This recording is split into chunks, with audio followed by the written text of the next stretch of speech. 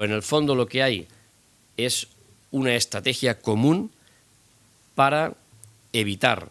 que se hable de unos presupuestos que son los peores presupuestos de la historia de la Generalitat y también para tapar la auténtica lucha contra la corrupción que debería llevarse a cabo actualmente en Cataluña. Curiosamente, Junqueras es el hombre,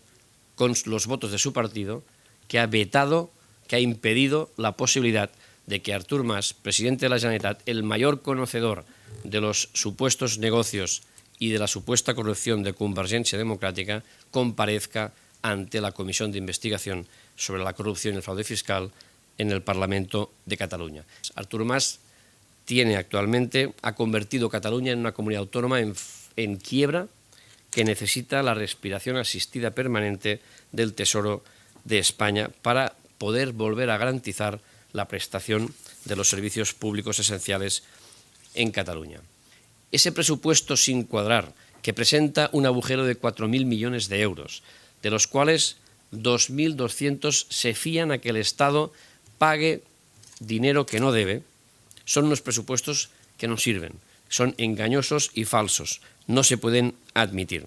Además, el Gobierno de la Generalitat afirma públicamente algo que es mentira, afirma que los recursos del Estado no aumentan en 2015, cuando los ingresos no finalistas se incrementan en 243 millones de euros y los ingresos finalistas se incrementan en 41 millones de euros. La Generalitat tiene alrededor de 1.700 millones de euros menos de gasto que no reconoce o por lo menos no quiere explicar. Y a pesar de ello,